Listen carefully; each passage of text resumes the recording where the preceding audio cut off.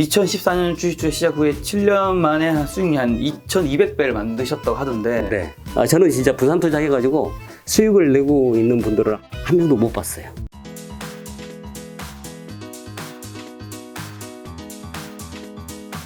오늘 지금 바로 뜨겁게 투자하고 차갑게 승부하라 편입니다.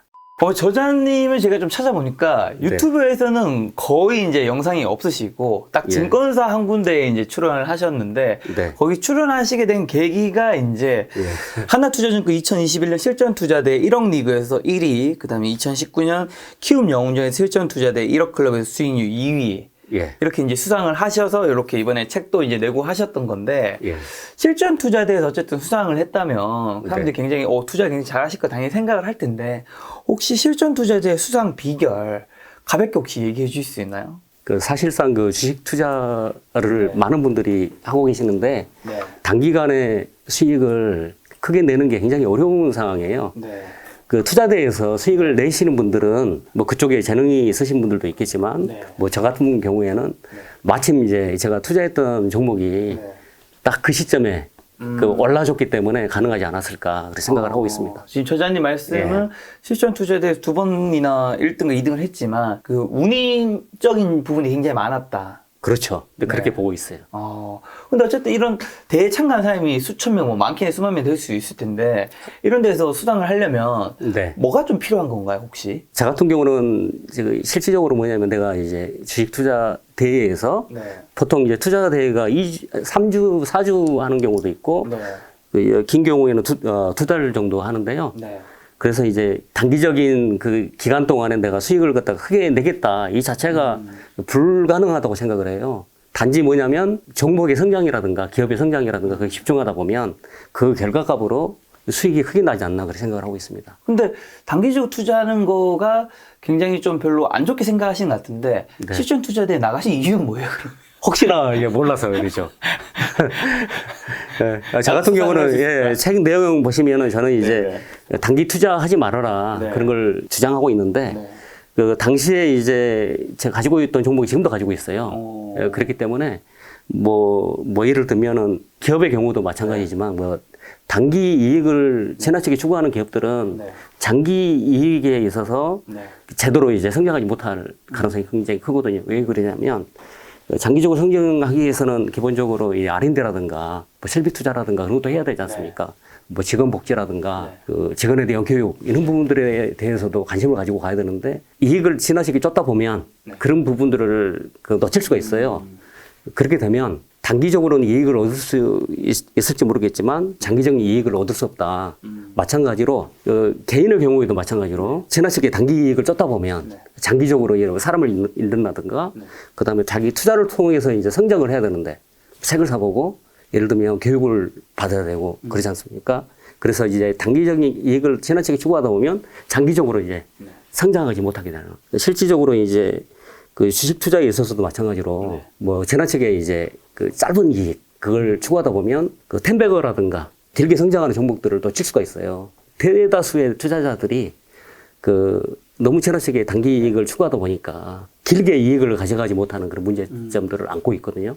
그래서 이제 제 주위에서 대부분의 투자자들 개미들이 많아요. 그분들이 이제 대부분이 다 마이너스. 그러니까 실질적으로 이제 95% 개미가 손실이다 그런 얘기도 있지 않습니까?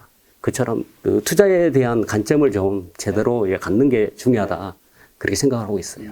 실전 투자대에서 수상하신 분이 단타는 굉장히 좀 안 좋을 수 있으니까 조심하라는 말이 굉장히 좀 인상 깊은데 저자님 좀 기록을 좀 찾아보니까 IMF 직후인 1998년 그다음에 2004년, 2008년 총 3번의 주식 투자에서 실패하셨는데 근데 이번에 또 2014년부터 주식 투자를 또 한 번 더 시작하신 거잖아요. 다시 하게 된 이유랑 그 다음에 과거의 실패의 원인은 뭐였을까요? 제가 이제 2014년에 다시 주식 투자하게 된 계기가 어느 날 생각해 보니까 과거의 실패가 테마주라든가 급등주, 그 다음에 이제 투자에 대한 조급성, 이것 때문에 이제 실패하지 않았나 그런 생각이 들더라고요. 그래서 이제 당시에 제가 비상금이 230여만 원 있었어요. 그래가지고 한번 종목 분석해서 투자하면 어떻게 될까 그 생각이 들더라고요. 그래서 이제 그 당시에 이제 그 매수했던 종목이 웅진 시크빅이라고 네. 그 당시에 북패드 이제 어린이들을 대상한 네. 대상으로 이제 북패드 관련해서 이제 그 사업이 좋아지고 있다. 네. 가입자 수가 늘어나고 있다. 그런 뉴스를 봤어요. 그래가지고 실제로 분석을 해보니까 괜찮은 것 같더라고요. 그래서 짧은 기간에 4, 5개월 정도 투자를 했는데 그 15% 정도 수익이 났어요. 네. 그래가지고 이제 다음부터는 내가 분석을 해서 투자하면 그 수익이 그 좋지 않을까 그런 생각을 했어요. 그래서 이제 관점을 바꿔서 2015년부터 네. 투자를 이제 규모를 키우기 위해서 뭐 대출했다고 하면 이제 많은 분들이 이제 오해하실 수 있는데요. 그래서 이제 좀 전에 말씀드렸듯이 제가 투자의 실패 원인이 저급성이라고 말씀드렸잖아요. 그래서 처음에는 이제 1,000만 원 대출 받고 분석해서 종목을 사고 그다음에 이자를 3년치를 내가 저급성 때문에 실패했다는 그 원인이 있었기 때문에 처방을 위해서 한 3년 정도 이자를 빼놓고 종목을 사서 기다리고 수익이 나더라고요. 그래서 추가로 2,000만 원을 대출 받으면서 또 이자를 3년치를 이자를 빼놓고 뭐 당시에는 금리가 7% 정도 됐던 걸로 기억을 하고 있어요. 그래서 이제 그 2015년에 성과가 이제 제가 한 3천만 원이었는데 150%가 넘어갔어요. 5천만 원 이상의 수익이 발생을 했어요. 그래가지고 2016년에도 5천만 원 이상 수익을 내고 네. 그래서 이제 자신감을 얻었죠. 아, 내가 제대로 분석해서 기업에 대한 신뢰만 가지고 있다면 그 지속적으로 수익을 낼 수 있지 않을까 그런 생각을 했고 그래서 이제 그 투자를 하면서 제가 이제 네. 그 생각했던 부분이 나에 대한 이제 믿음이라든가 투자하고 있는 기업에 대한 믿음을 가지고 있다 한다면 흔들리지 않을 수 있다. 시장에는 굉장히 많은 변동성이라든가 그런 게 있지 않습니까? 그렇죠. 하루에도 마찬가지로 뭐 올랐다 급등했다가 이제 그 떨어졌다가 급락했다가 이게 등락률이라고 하거든요. 네. 등락률이 굉장히 심해요. 네. 심하게 뭐 7%, 10% 발생하기도 하는데 이걸 이제 내가 신뢰 없다고 한다면 견디기가 굉장히 어려울 거예요. 그래서 그런 부분에 대해서 그 인지하기 시작하면서 투자가 굉장히 성과도 그 크게 내고 좋아진 것 같습니다. 그러면 230만 원으로 네. 이제 주식 투자 시작한 이후에 이제 조금 더 넣은 것들이 있긴 하지만 지금은 주식 쪽에 금융자산 어느 정도 되시는 거죠? 그 실질적으로 이제 부채 없이 부채 없이죠. 그 50억 이상 제가 네. 운영을 하고 있고 네. 그럼 50억 이상이면 보니까 2014년 주식투자 시작 후에 7년 만에 수익이 한 2,200배를 만드셨다고 하던데 네. 그걸 만든 방법이 BHAG, 레버리지 집중 투자라고 하는데 이게 뭔가요? 그 대부분의 투자자들이 힘든 이유가 뭐냐면 네. 그 조그만 변동에도 이제 흔들리게 되는 거 있지 않습니까? 흔들리죠. 그래서 이제 뭐 조막손이라는 얘기도 하고 그러는데 그 저 같은 경우는 이제 큰 그릇이 되자. 네. 예를 들면 그 시장의 그 변동성이 흔들리지 않는 마음. 그래서 이제 실질적으로 이제 그 어린 버핏이라든가 우리나라도 유명한 투자자들도 많지 않습니까? 이제 그런 분들에 대한 공부라든가 그런 것들을 했어요. 네. 그 책도 관련되는 책들도 많이 많이 읽어 봤죠. 근데 이제 예전에 이제 제가 3번 망하게 된 계기 자체가 이제 공부 없이 그 급등주라도 해마주 쫓아다니면서 네. 매일매일 흔들리는 네. 그런 투자를 했기 때문에 굉장히 위험했었고 그 제가 이제 바뀌기로 한 다음에부터는 이제 공부도 막 하면서 투자를 했기 때문에 네. 좋아지지 않았나 그런 생각을 하고 있고 그래서 이제 그 실제로 뭐 저 같은 경우는 이제 레버리지를 굉장히 많이 사용하고 있고 그다음에 집중 투자를 하고 있어요. 네. 그렇기 때문에 원칙에 입각한 투자를 저기 하고 있고 그다음에 주위에다도 그런 원칙을 가지고 기본을 가지고 투자를 해라 그렇게 안내를 하고 있어요. 예. 자, 그럼 제가 이제 BHAG 투자 전략에 대해서 이제 좀 더 세부적으로 들어가 볼 건데, 분할 매수, 분할 매도, 분산 투자, 손절매가 개미를 필패로 이끄는 패착의 암장이다. 가장 위험한 투자가 분산 투자하는 것이다라는 멘트가 있던데, 이거 어떤 의미인가요? 분산 투자는 너무나도 예. 기본적인 아주 중요한 원칙 아닌가요? 예, 대부분의 투자자들이 이제 네. 분산 투자를 어떻게 보면 굉장히 신봉하다시피 하거든요. 그렇죠. 근데 이제 어떤 기업에 대한 분석이라든가 그런 거 없이 그 남이 좋다고 하는 종목들을 무작정 늘리는 경향으로 해서 이제 분산 투자를 하고 있는 경향이 있어요. 네네네. 그래서 실질적으로 개인 투자자가 이제 그 해당되는 기업에 대해서 면밀하게 분석해서 그 분산 투자를 하고 있다 그러면 괜찮겠지만 그렇지 않기 때문에 이제 문제가 되는 거고요. 그래서 이제 제가 주위에 보니까 대다수의 투자자가 10종목, 20종목 실질적으로 이제 분산 투자를 하게 된 이유 자체가 이제 예를 들면 혹시 모를 그 자신의 투자의 위험성 때문에 그렇죠, 그렇죠. 예, 혹시 내가 투자하는 종목이 네. 혹시 부도라든가 뭐 위험하지 않을까 그런 생각 때문에 하는데 투자라고 한다면 해당되는 기업에 대해서 제대로 알아야 되고 앞으로 어떤 성장을 보여줄 것인지 비즈니스 모델부터 시작해가지고 뭐 여러 가지 관점에서 이거 분석을 해서 그 투자를 해야 되거든요. 근데 이제 그 어떻게 보면 개인 투자자들이 스스로 이제 뭐 대부분의 개미들은 뭐 수익 내기 어렵다 그런 것 때문에 뭐 단순하게 이제 분산 투자로서 해결을 하려고 하고 있고 저는 진짜 분산 투자 해가지고 수익을 내고 있는 분들을 한 명도 못 봤어요.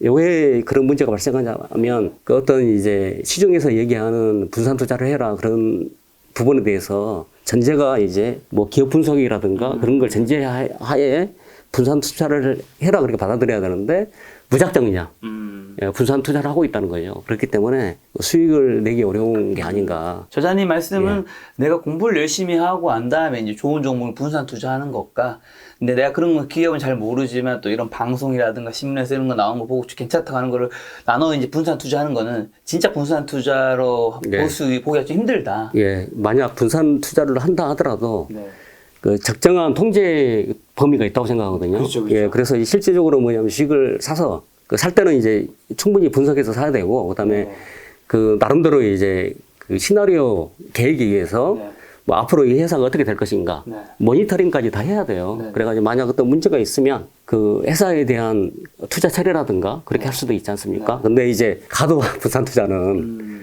평상시에 해당되는 그 투자 기업에 대해서 모니터링이 불가능해요.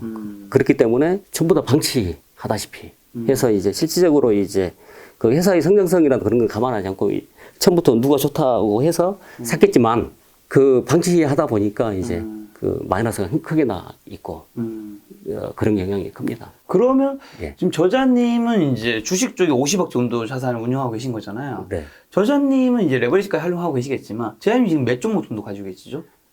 종목 숫자 5개 종목 5개 운영을 종목. 하고 있어요. 네. 예. 그럼 저자님 봤을 때 개인 투자자분들은 어느 정도 종목을 가져야 될까요? 보통 뭐 한 3천만 원, 5천만 원, 5천만 원 정도 투자하시면 굉장히 많을 텐데. 저는 그 정도 금액이면 두 종목 정도나 내가 확실히 해당되는 기업에 대해서 분석이 됐다 그러면 한 종목도 괜찮다고 생각을 해요. 아, 근데 한 종목은 좀 너무 위험하지 않나? 내가 몰랐던 뭐 기업에서 내부 임직원들의 행령이라든가 이런 것들을 위해서. 근데 저 같은 경우는 이제 기업 경영에 있어서 뭐 1대 29대 300의 뭐 법칙이라든가 그런 게 있지 않습니까? 그래서 실질적으로 보면 잘못되는 경우에 이제 중대 사건의 경우에는 29건의 그 작은 사건들이 있고 사고들이 있고 그 다음에 300건들의 뭐 경량 사고들이 이제 그 발생한다는 거예요. 그래서 실질적으로 이제 문제가 되는 기업들에 대해서 캐치가 가능하다고 보거든요. 뭐 예를 들면 뭐 이제 건설회사에서 아파트 짓다가 이제 붕괴되는 사고. 그래서 예를 들면 그 사고가 발생했을 때 바로 이제 매도를 저는 해야 된다. 예를 들면 잘못하고 실패하는 사람이 계속 반복해서 실패하거든요. 그래서 이제 그런 부분에 대해서는 어떤 투자를 하게 되면 하면서 그 원칙을 정해서 어떤 그 투자 아이디어가 그 훼손되면 나 매도하겠다 그런 원칙을 정해서 해야 된다고 생각. 예를 들면 뭐 경영자부터 해가지고 전반적으로 다 분석을 해봐야죠. 하다 보면 그 문제되는 그런 부분에 대한 조짐이라든가 그런 게 있다고 생각을 해요. 그래서 내가 기업을 갖다가 분석해서 매수를 할 때는 철저하게 저평가. 그래서 이제 그 업사이드라고 그러잖아요. 성장 여력이 어느 정도 될 것인가. 그런 부분들을 보면서 투자하게 된다면 뭐 예를 들면 그 성장 여력이 뭐 업사이드가 뭐 추가로 성장할 부분이 18%다 그런 그 종목에 대해서 매수를 하면 안 된다고 생각을 해요. 내가 이제 주식 투자를 할 때는 어떻게 보면 사업이나 똑같잖아요. 이제 사업도 마찬가지고 투자도 어떤 불확실성에 대한 투자예요. 그렇기 때문에 그 어떤 리스크가 굉장히 크지 않습니까? 그래서 이제 그 한두 가지만 봐야 될 게 아니라 전반적으로 다 면밀히 들여다보고 투자를 결정을 해야 되죠. 그래서 실질적으로 그 다음에 성장이 어느 정도 될 것인가, 내년, 내후년에는 성장성을 갖다 어느 정도 보일 것인가를 봐가지고 투자를 해야 되는데 대다수 종목 문제가 발생하는 기업들의 경우에는 실제로 그런 부분들이 보이지 않는 경우도 되게 많이 있어요. 자, 그러면 조자님은 어떤 주식 사는지 굉장히 궁금해지는데요. 좋은 종목을 찾는 방법이라든가 기준, 아무래도 집중 투자를 하시는 것 같고 또 단기 투자보다는 중장기 투자를 하시는 거니까 종목 찾기 위해서 굉장히 노력하실 텐데. 그러니까 남이 모르는 종목을 많이 살려고 합니다. 남이 모르는. 예. 시장에 알려지지 않은 종목을 살려고 하고요. 네. 그래서 내 생각에 이제 내 기준을 가지고 투자를 해야 되는데 그 기준이 이제 제대로 됐느냐 그걸 들여다보면서 하는 거고요. 그래서 이제 실제로 업사이드라든가 그런 부분에 있어서 그 성장성을 어느 정도 보일 거냐.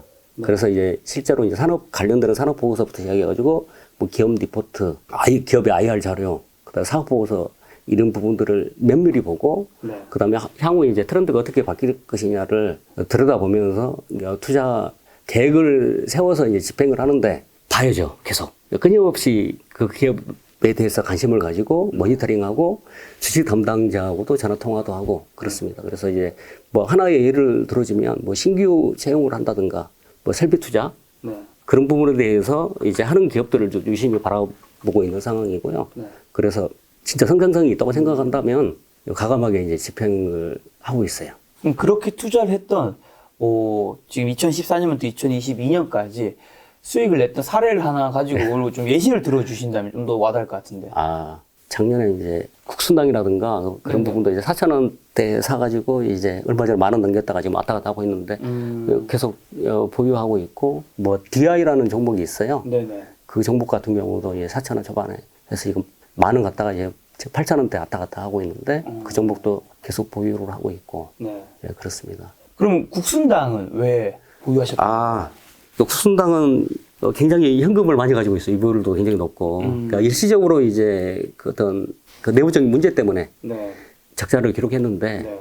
그 회사는 이제 투자도 굉장히 잘하고 있고 그다음에 현금 유보율도 높고 앞으로 이제 어떤 이제 문제들만 개선을 하게 된다면 괜찮아질 것 같더라고요. 네. 그래서 이제 그 사실상 국순당 같은 경우는 당시 제가 봤을 때 막걸리 회사보다 투자 회사다 그런 생각을 했었고 뭐 실질적으로 그 투자한 기업들이 바이오 기업들 굉장히 많이 있는데 네. 굉장히 다 잘 됐었어요. 그리고 배당도 많이 줍니다. 그래서 이제 그 회사에 이제 어떤 이익기가 왔을 때 그 투자하면 괜찮을 거로 생각이 언제쯤 투자하셨던 거죠? 그 2020년 투자해서 지금도 가지고 있고 뭐 예를 들면 이거에 뭐 데브시스터즈라든가 네. 거기는 이제 9,000원대에서 10만 원 넘겨서 팔았고 그리고 이제 뭐 최근에 이제 관심 있는 종목들은 이제 뭐 고려 아연도 있고. 고려 아연은 왜요? 고려 아연 같은 경우는 제가 어떻게 보면 제가 원자재 가격이 지금 계속 올라가고 있잖아요. 네네. 근데 그런 것도 있지만은 2차 전지 쪽으로 그냥 눈을 돌리고 뭐 예를 들면 동박 사업이라든가 전고체 뭐 이런 부분에서 투자도 이루어지고 있고 뭐 설비 투자를 계속 하고 있지 않습니까? 그래서 이제 그런 부분에 있어서 성장성을 크게 가져갈 수 있지 않나 그렇게 생각을 하고 있어요. 그 배당도 많이 줍니다. 아까 말씀하신 그 DI는요? 왜 그 시점에 사셨었나요? 예. 그 당시에 이제 DDR4에서 5로 넘어가는 그 시점이에요. 그래서 이제 반도체 이제 그 용량이 그 DDR4에서 5로 넘어가면 네. 사이즈라든가 뭐 여러 가지 단가가 사이즈가 그 속도가 이제 굉장히 빨라지면서 그 단가를 크게 높게 받을 수가 있는 거죠. P라고 하잖아요. 그 가격을 높게 받고 그 다음에 수량이 많이 필요해요. 그렇기 때문에 P와 Q가 동시에 커지는 분야거든요. 그래서 이제 보통 이제 반도체도 마찬가지로 사이클을 타는데 그 다음은 사이클 갈 때는 더 크게 갑니다. 그런 부분에 있어서 투자를 했고 앞으로도 이제 그 반도체 네. 쪽이 괜찮을 걸로 생각을 해서 투자를 결정을 했고 지금도 가지고 있다. 말씀드릴 수 있어요. 그럼 이제 그런 식으로 이제 설명 어떤 걸 들었을 때 우리가 그 기업이 괜찮다고 해서 들어가려고 보면 또 주가가 많이 올라 있는 경우들이 많잖아요. 그러니까 내가 들어가야 될 타이밍 이걸 찾으려면 결국 적정 밸류에이션이라든가 기업의 가치를 판단해야 될 텐데 이건 좀 어떻게 판단할 수 있을까요? 그래서 이제 실질적으로는 그 사이클이라든가 그런 부분들은 계속 반복이 되고 네. 그 예를 들면 종전의 사이클에서 그 다음 사이클로 갈 때는 뭐 예를 들면 뭐 조금 전에 말씀드렸듯이 그 뭐 용량이라든가 뭐 속도 이런 부분 때문에 더 높은 가격을 갖다 받을 수 있거든요. 그래서 이제 생각을 하는 거죠. 뭐 예를 들면 매출액이 1,000억이었는데 그 다음에 갈 때는 어느 정도 늘어갈 것이냐 상상을 해보는 거죠. 그래서 1,000억에 이제 100억의 영업이익을 냈다. 그 다음에는 뭐 예를 들면 2천억에 네. 뭐 영업이익이 뭐 250억이 된다든가 이런 식으로 상상을 해보는 거예요. 네. 실제로 이제 보통 그 투자에 있어서 지금 현재 보여지는 그 외에 내년, 내후년에 어떻게 될 것인가를 갖다가 충분히 이제 상상을 하게 되면 네네. 생각을 하고 그러면 그게 보이거든요. 네. 그래서 그게 이제 예상되는 성장이 보여지는 네. 그런 종목에 이제 그 투자를 하게 되면 네. 좋은 성과를 얻을 수 있을 거라 생각을 해요. 근데 이제 대부분의 투자자들이 과거에 이제 좋았던 종목, 네. 현재 좋은 종목, 이거에 집중하는데 그 현재도 중요하지만 앞으로 미래에 좋아질 종목, 그런 종목에 투자를 하면 좋겠다. 그런 생각을 하고 있어요. 그럼 매수 매도는 좀 어떻게 하면 좋을까요? 상황별 뭐 매수 매도 노하우 같은 거. 저는 이제 깜짝 놀란 부분이 주위 사람들 보면서 분할 매수 매도라는 게 굉장히 많이 네. 알려졌어요. 네. 그래서 이제 주가의 이치라든가 네. 거래량을 보면서 예를 들면 적정 가치가 예를 들면 10,000원 가야 된다. 네. 근데 현재 뭐 예를 들면 3,000원이다 그러면 이걸 갖다가 굳이 막 예를 들면 거래량도 많고 그러는데 굳이 이걸 분할 매수하고 있을 필요가 없잖아요. 한 번에 사도 괜찮거든요. 뭐 예를 들면 내가 오늘 안 샀는데 내일 올라갔다 그러면 어떻게 보면 그 높은 가격으로 지불을 해야 되는 문제가 있을 수도 있거든요.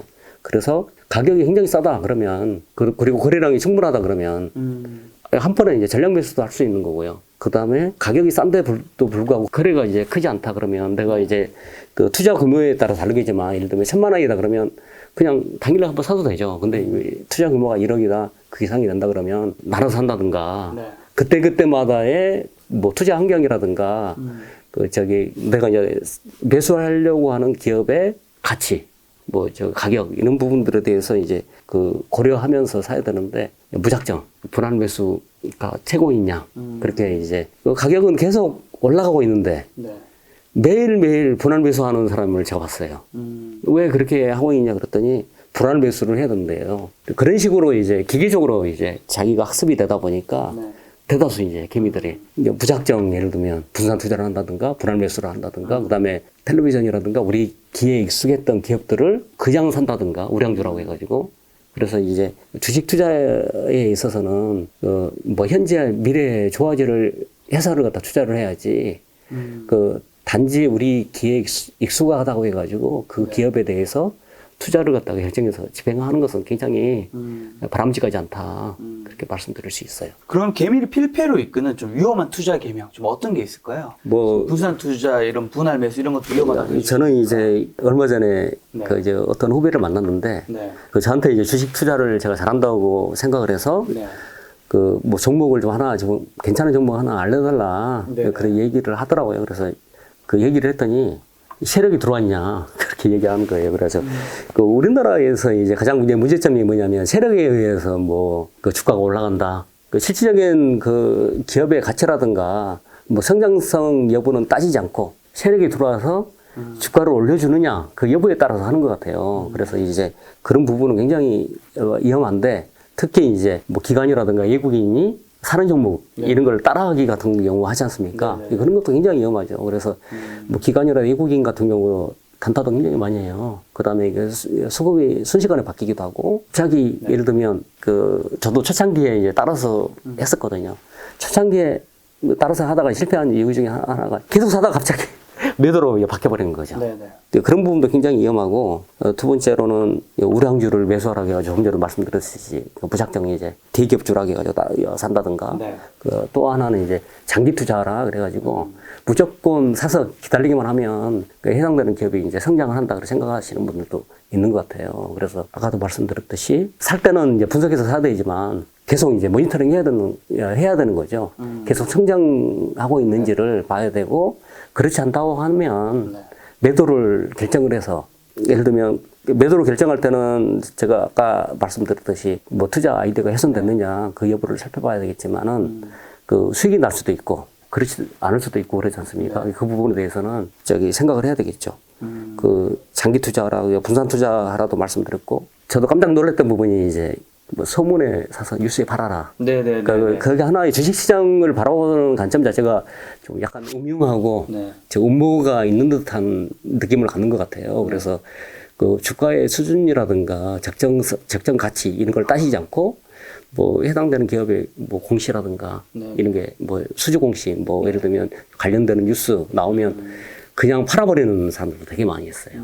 그래서 이제 그런 부분들에 대해서 예를 들면 크게 올라서 더 이상 이제 올라가기 어렵다. 뭐 앞으로는 이제 그 주가가 이제 올라가기보다 뭐 행보를 하거나 떨어지지 않을까 그런 판단이 있으면 매도를 하면 되겠지만 단지 뉴스가 나온다고 해서 바로 그냥 버튼을 눌러서 매도를 갖다 결정하는 것은 잘못된 방식이다. 그렇게 말씀드릴 수 있어요. 그럼 저자님이 사지 않는 주식의 기준도 있을까요? 어떤 주식은 절대 안 사세요?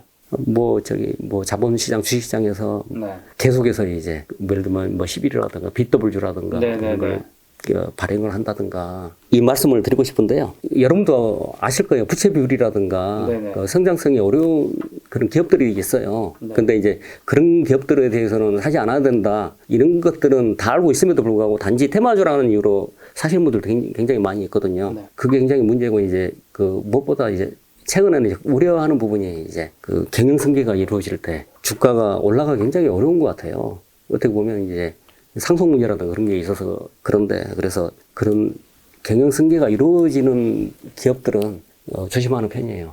예, 그래서 이제 그런 기업들에 대해서는 아무리 좋아 보여도 지금 참는 편이고 투자자 여러분들도 마찬가지로 이제 부실 기업이라든가 한계 기업 뭐 자본을 계속 끊임없이 조달하는 기업 예를 들면 본업과 거리가 먼 갑자기 뭐 바이오에 진출한다든가 그런 기업들도 하면 안 되겠죠. 근데 이제 그 무엇보다도 이제 좀 전에 말씀드렸던 경영 승계라든가 여러 가지 이제 제가 투자를 하다 보니까 느끼는 부분이 뭐냐면 기본적으로는 이제 오너리스크라든가 그런 게 굉장히 크더라고요. 그래서 이제 그런 부분에 대해서도 고려하면서 투자를 했으면 좋을 것 같아요. 조금 전에도 이제 하나 말씀을 안 드렸는데 뭐 중요한 부분이 이제 그 투자 개명 10가지 중에서 손절가를 지켜라, 뭐 손절매해라. 근데 그 부분을 특히 강조하고 싶은데 그 사실 어떻게 보면 몇 번 손절하고 내가 만약 손실이 50%가 났다. 그러면 그 다음에 이제 그 수익을 내기 위해서 100% 이상의 그 수익을 내야 되거든요. 점점 어려워져요. 그래서 제가 이제 말씀드리고 싶은 사항이 절대 주식 투자에 있어서 그 애시당초에 급등주를 쫓아서 손절을 하지 않는 상황으로 가는 게 좋겠다. 그래서 이제 그러니까 손절할 주식을 애시당초에 사지 말아야 되고 손절을 하지 말아야 되고 그렇거든요. 그래서 제가 이제 투자를 하다 보니까 아무리 바닥에 있는 종목도 30% 40% 마이너스가 되기도 해요. 굉장히 저평가돼 있는데도 빠지기도 하고 그러거든요. 그래서 최초에 이제 매수를 할 때 그런 부분까지도 감당하기로 작정을 하고 그 투자잖아요. 투자라는 것은 기본적으로 뭐냐면 불확실성이기 때문에 바로 사자마자 내가 수익이 발생하는 경우는 거의 드물다. 대부분의 이제 종목의 경우에는 저 같은 경우는 특히 이제 뭐 턴은 어라운드가 되기 직전에 뭐 매수를 한다든가 그 굉장히 저평가 있는 종목을 사는데 오랫동안 바닥을 갈 수도 있는 거고 그렇다고 생각하거든요. 그때 이제 그걸 견뎌야 되죠. 그 인내를 해야 된다. 인내를 할 때 이제 그 회사에 대한 믿음이라든가 그런 게 전제가 돼야 되기 때문에 뭐 기업 분석에 대해서는 철저하게 돼 있어야 된다고 생각을 하고 있고 그 기본적으로 이제 우리가 주식 시장에서 굉장히 위험한 이유가 그 예를 들면 증권 방송이라든가 그런 데 보면은 뭐 현재가 뭐 5,000원 그 다음에 예를 들면 목표가 뭐 10,000원 뭐 이렇게 하지 않습니까? 손절가 4,000원 이렇게 만약 그 전문가가 그렇게 그 증권 방송에서 말씀을 하세요. 그러면 그 실제로 이제 5,000원에서 4,000원 되기가 굉장히 그 쉬워요. 왜 그러냐면 주식시장의 변동성이 굉장히 크기 때문에. 근데 만약 그 성장하는 종목이라고 한다면 떨어지면 더 사야 되거든요. 근데 이제 실제로 이제 그런 그 문화가 되다 보니까 투자자들이 자기도 모르게 이제 주가가 떨어지면 매도 버튼을 누르게 된다는 거죠. 그래서 이제 대부분의 사람들이 투자 종목들, 그 포트폴리오를 보면 자기도 모르고 이제 관리가 안 돼서 가지고 있기도 하지만 뭐 지인들이 좋다. 추천하는 종목들을 그 매수를 해서 사다 보면 왜 이 종목을 샀는지 자체를 설명 못하는 것들이 굉장히 많아요. 그래서 그런 부분들에 대해서 스스로 인지를 해야 되고 그다음에 투자를 결정할 때는 내가 사업한다고 생각해야 돼요. 그래서 이제 제대로 분석해서 내가 이제 견딜 만한 종목, 그런 걸 매수를 해야 되고, 그 앞으로 그 회사가 어떻게 될지 확신을 가지고 있다 한다면, 시장의 변동성이라든가 굉장히 예를 들면 경기가 안 좋고, 뭐 위험하다 그래도 견딜 수가 있거든요. 그래서 그때 만약 20% 30%에 손절하게 되면 분명히 좋아질 종목으로 생각을 했는데 갑자기 생각이 바뀐 거죠. 그래서 절대 원칙이 생각을 갖다가 자기의 이제 관점을 너무 자주 바꾸지 않도록. 그래서 그 관점을 바꾸지 않으려고 한다면 그 매수 단계부터 시작해가지고 철저하게 분석해서 들어가야 된다 그렇게 생각을 하고 있어요. 그러면 이제 적자 기업이 흑자 기업으로 전환하면 이게 주가가 좀 많이 오를 수 있잖아요. 이렇게 턴어라운드 할 기업 찾는 노하 같은 것도 좀 있을까요? 예, 이제 기본적으로는 이제 그 주식 투자를 할 때 네. 우리나라에서 뭐 전 세계적으로 굉장히 각광받고 있는 뭐 반도체라든가 네. 뭐 2차 전지 뭐 그런 기업들에 대해서 네. 관련 그러니까 전방업체 업황이라든가 좋아질 것들은 이제 뭐 뉴스라든가 그런 게 나오잖아요. 네네. 그게 나올 때 이제 그 관련되는 업체들의 밸류체인 그 리스트를 다 확보가 가능해요. 뭐 산업보고서라든가 네. 그 예를 들면 인터넷 검색하다 보면 뭐 관련주 이렇게 나오지 않습니까? 그래서 리스트업을 쭉 해가지고 하나하나 이제 들여다보는 거죠. 그래서 이제 투자하지 말아야 될 기업들은 부채비율이 높다든가 그걸 제외하고 하나하나 들여다봐야 돼요. 그래가지고 뭐 아까 또 말씀드렸듯이 뭐 주식 담당자하고도 자주 전화하고도 자주 하고 네. 그 다음에 그 관련되는 리포트라든가 뭐 혹시 자기가 이제 다니는 거래하는 뭐 증권사 관계자라든가 그런 사람한테도 얘기도 해보고 그럴 수도 있다고 생각하거든요. 그래서 초기에는 뭐 조언도 없고 아, 이 종목에 대해서 관심이 있는데 어떠냐 이럴 수도 있는 거고요. 그래서 자기가 확실하게 어떤 그 인사이트가 네. 예를 들면 확고하게 자리 잡히기 전에는 뭐 여러 사람하고 같이 자기 투자하려고 하는 기업에 대해서 같이 공유도 하고 네. 그러면서 잡으면 좋다고 생각이 들어요. 그래서 이제 턴어라운드 기업의 특징은 보통 보면은 이제 네네. 어떤 사이클이 있는데 그 사이클의 끝자락에서 그 다음 사이클로 넘어갈 때 그때 턴어라운드도 할 수가 있고 뭐 예를 들면 이제 개별 종목의 경우에는 누가 이제 아 이거 굉장히 저평가됐다, 주가가 바닥이야, 뭐 그런 얘기를 들었을 때 네네. 자기가 한번 분석을 해보는 거죠. 그래가지고 이제 해당되는 기업의 뭐 재무 분석이라든가 뭐 저기 뭐 유보율 뭐 여러 가지로 다 보고 면밀하게 분석해보고 그다음에 IR 담당자하고 전화 통화해가지고 앞으로 어떻게 될 거냐 네네. 전망이라든가 그런 것도 이제 기술적으로 좀 물어보면 네. 좋을 것 같아요. 자꾸 노력하고 이제 분석해서 자기가 예를 들면 우리 개인 사업 할 때도 굉장히 공부를 많이 하잖아요. 네네. 그 사고를 할 때도 이제 그 성공하는 사업가들에 대한 관련된 책도 볼 수도 있고 그 시장 상황 뭐 예를 들면 뭐 저기 뭐 인력 채용을 어떻게 해야 되는지 뭐 그 내부 시스템을 어떻게 만들 건지 다양하게 다 준비를 해서 철저히 뭐 저기 사업 준비를 하지 않습니까? 네. 그처럼 네. 투자하는 기업을 결정할 때도 내가 사업을 한다고 생각을 하고 전반적으로 다 저 같은 경우는 이제 그 인력 그 운영 관련해서도 보고 그다음에 예를 들면 너무 자주 회사로 옮기는 거 있잖아요. 네네. 그 근속연수라든가 그런 것도 보고 그다음에 뭐 경영인의 평판이라든가 나름대로 리스트업을 해가지고 어느 부분을 볼 것인가 네. 예, 그 리스트업을 해서 찾아보면서 이제 경영인의 평판이 안 좋거나 뭐 그런 기업들은 뭐 제외하는 편이에요. 그리고 이제 잘 되는 기업들 같은 경우는 한번 성공했던 기업이 그 다음에 잘 될 수가 있어요. 그래서 이제 초창기에 굉장히 주가가 높았고 그랬는데 계속 떨어졌어요. 근데 그 다음 사이클에 진입할 수도 있거든요. 뭐 예를 들면 삼성에서 이제 폴더블 폰을 작년에 800만 대를 생산했는데 뉴스를 보니까 뭐 내년에는 뭐 1800만 대를 생산하고 앞으로 3000만 대 이상 계속 늘어날 예정이다. 그러면 그 해당되는 산업의 사이클이 계속 확장되는 거거든요. 그러면 거기서 이제 들여다봐야죠. 싼 회사가 있는지. 그 대부분 그 투자자들이 이제 바라보는 그 투자의 관점 자체가 네. 주가가 뭐 1,000원대, 2,000원대, 3,000원, 뭐 10,000원 이하에 있고 그러면 그 싼 주식이다. 네. 예를 들면 뭐 2만 원, 3만 원이면 비싼 주식이다. 이런 식으로 바라보는데 그게 아니라 그 싼 주식이라고 하면 그냥 단순하게 저는 저평가 주식. 예를 들면 그 비싼 주식이다가 고평가 주식 이런 식으로 이제 바라봤으면 좋겠어요. 그래서 이제 시가총액을 기준으로 뭐 영업이익을 얼마를 갖다 내고 있는데 저기 적정 가치가 이제 퍼포먼스에 비해서 네. 그 싸다 비싸다 이렇게 바라보면 아마 이제 투자를 결정하기가 좋을 것 같아요. 그런데 이제 단지 이제 주가로 뭐 2만 원이면 뭐 저기 뭐 싸다, 10만 원이면 비싸다. 이런 부분에 대해서 예를 들면 뭐 제가 이제 가지고 있는 종목이 뭐 고려아연이다 그러면 그 50만 원에서 지금 뭐 60만 원을 앞두고 있는데 그 50만 원대니까 비싸다. 뭐 이런 식으로 관점은 아니다. 그 회사의 현재 이제 그 실적이라든가 그런 걸 비교해서 주가가 네. 그 싸냐 비싸냐 저평가냐 네. 고평가냐에 따라서 이거는 싸다 비싸다 이렇게 생각을 했으면 좋겠어요.